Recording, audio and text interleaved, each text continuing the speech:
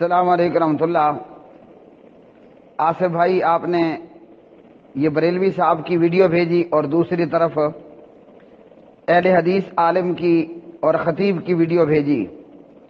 اہل الحدیث خطیب یزدانی صاحب نے کہا کہ میں قرآن پاک سر پہ رکھ کر کہتا ہوں کہ ہمارا عقیدہ اور ہمارا عمل کتاب و سنت اور قرآن و حدیث سے ثابت ہے۔ اور اس اہل حدیث خطیب نے بریلویوں کو یہ چیلنج دیا کہ اگر تم سچے ہو تو قرآن سر پہ رکھو اور کہو کہ ہمارا عقیدہ اور ہمارے اعمال کتاب و سنت مطابق ہیں۔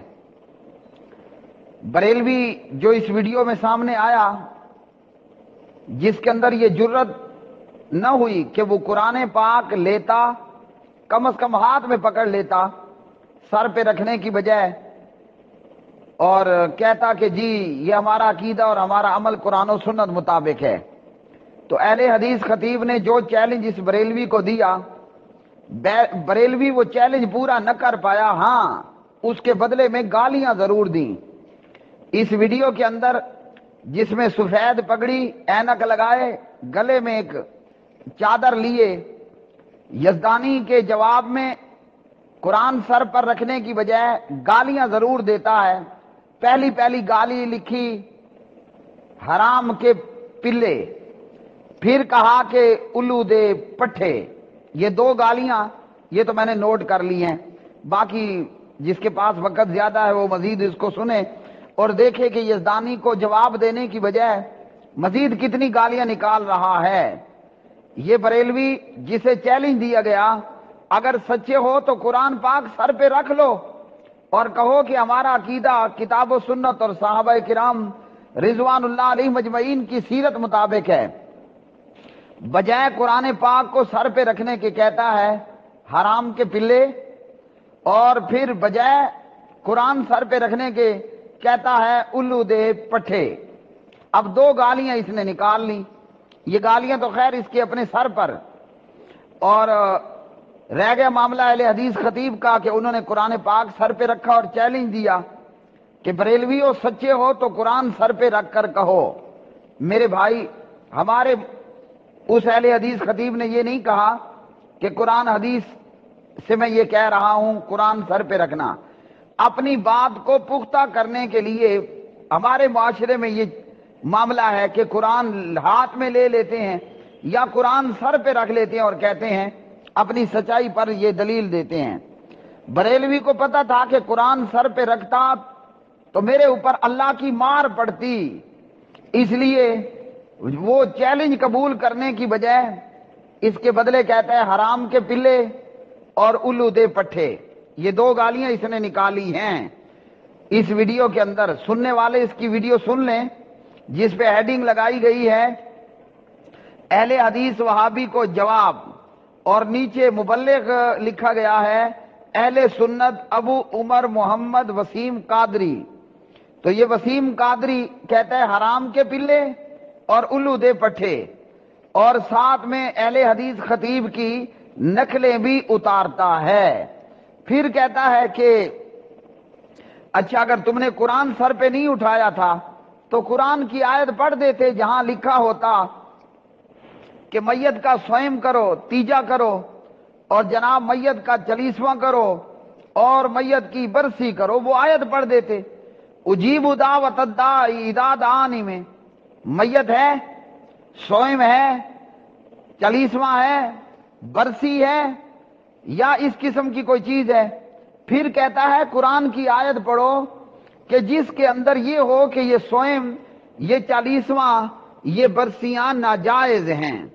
ہم آپ کو یہ بتاتے چلیں یہ قرآن بریلویوں پر نازل نہیں ہوا، حضرت محمد الرسول اللہ صلی اللہ علیہ وسلم پر نازل ہوا، اور شریعت نام ہے وحی الہی کا، اس میں اللہ کا قرآن بھی ہے، محمد الرسول اللہ صلی اللہ علیہ وسلم کا فرمان بھی ہے۔ تو سنو ان تمام اپنے بد اور بدعت پر مبنی اعمال کا رد۔